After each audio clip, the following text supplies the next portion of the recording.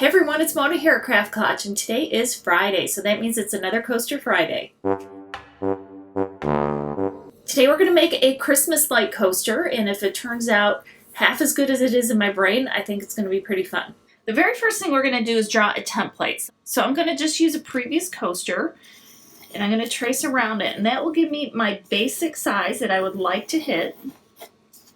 And it could be a little smaller than this, it wouldn't really make any difference.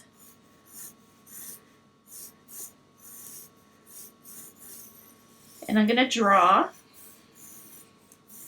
a light bulb.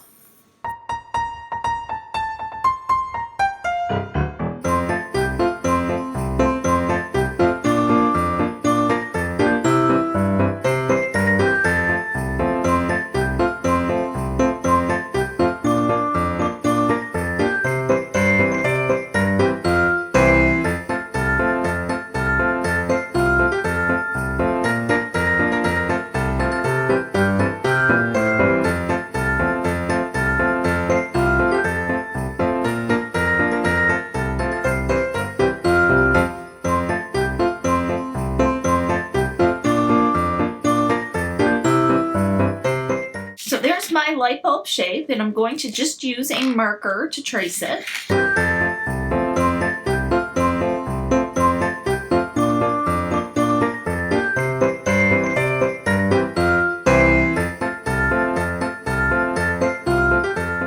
So that's a very basic design, and that's all we need. Then I'm going to just cut it right on out, and that will give me my template. And if you would like to use this design to make some coasters of your own, or you can use them as a coloring page or whatever, you can find it over at craftclotch.com, and I will have it over there. And there it is. And let me just say this, I'm going to use this for the basis of my coaster, but if you printed them out and just had the kids color them in and then cut it out, and you could add a bunch of them onto like a string or a ribbon, and you could have it as like a garland, a Christmas garland. I ran out to the garage and got a piece of wood, and normally I have some 1/8" plywood available, but for whatever reason I don't. But I did have this, and this is the same kind of wood that I used when I did the bridal shower game, and it's got a nice smooth finish on the one side, and the other side is a rougher finish, but it doesn't make any difference what the back side is. So I thought this will work just as well as anything. So whatever kind of wood you happen to have on hand works. And I'm going to just trace this out, and I'm going to do 2 of them.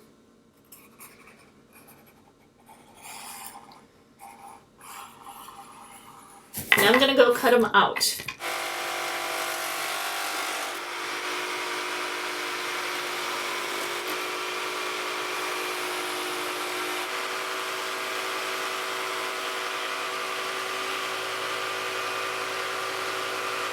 I've cut these out, and now all I'm going to do is paint them with some white acrylic paint. If you need to sand the edges, go ahead. Mine came out pretty smooth, so I was surprised at how well I did.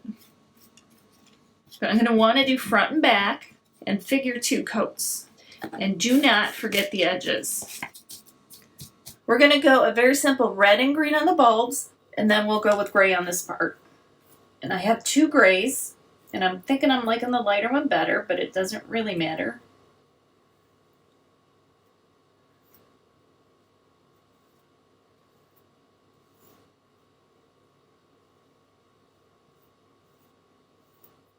And I'll get the edges too.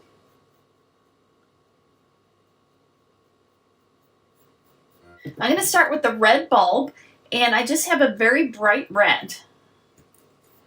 And I'm going to paint it, and I'm going to figure it's going to take 2 coats.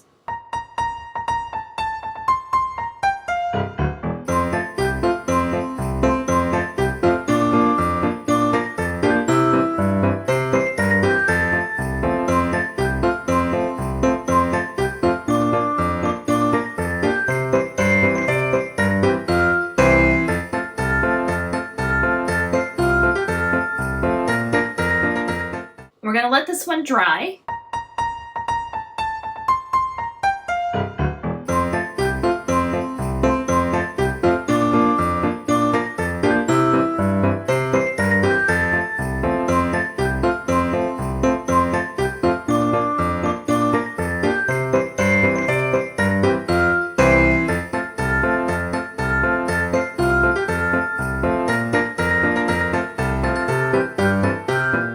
I'm going to do a second coat of red, and then I'm going to do something a little bit different. All right, now we have our red on here, and we can leave it like this because, you know, the red is fine. But when you have a light bulb, you have your filament in the middle, and then it tends to be a little bit lighter right in the middle.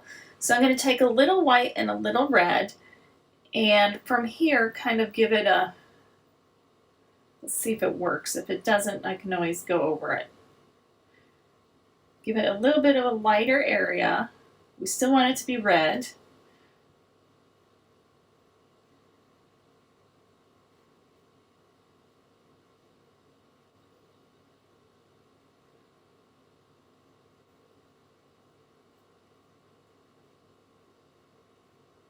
Then I'll do the same with the green.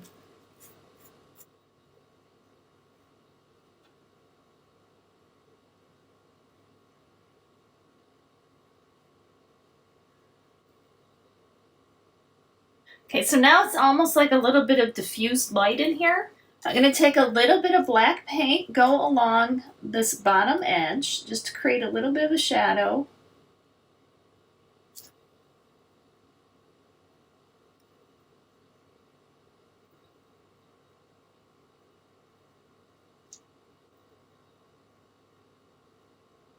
Now I have a black paint marker, and I'm just going to go across the bottom here.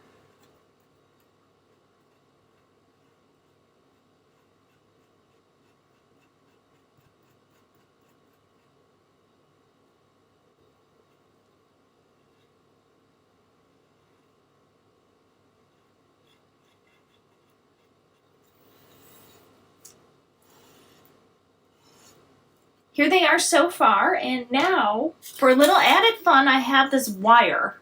And it's just a very thin silver wire. And this is going to be the filament in here.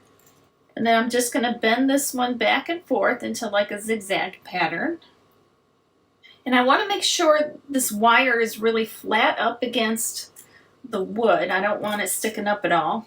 Take a dab of glue, just put it in a couple spots.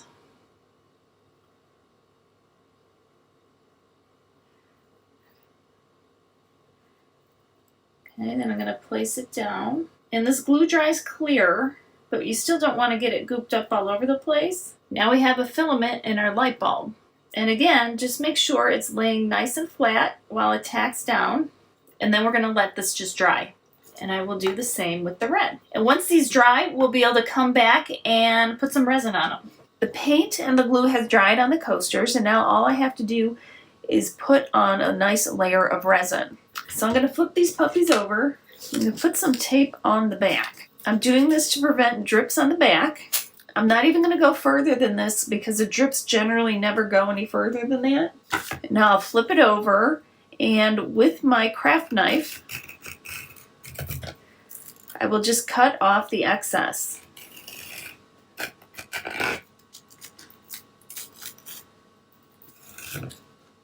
All right, then I'm going to flip it over again, and I'm going to burnish the edge again. Now I like to put just a little bit of petroleum jelly right at the edge of the tape. That just helps any resin drips release that much easier.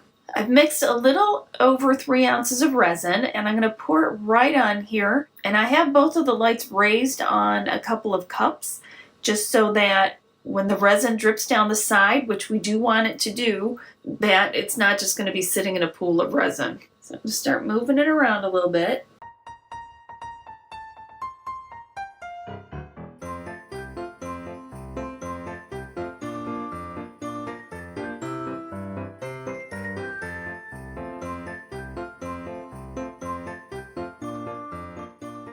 Make sure to get some on the edges too, and don't worry about the drips. So then I'm going to just grab my lighter, and you can use a torch on this. Doesn't make any difference, whatever you want to use. But you want to get those bubbles popped.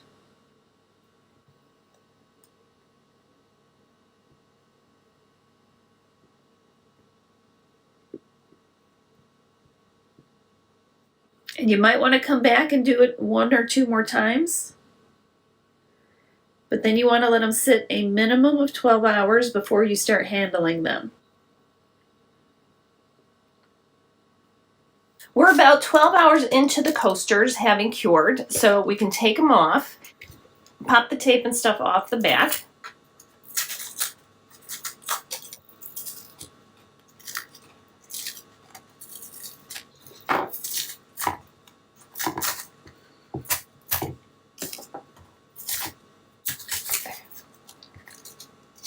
Now I have my shelf liner cork, and I'm going to use that to line the back of the coasters, and that way it won't scratch our table. So I'm going to just lay it out and cut around it.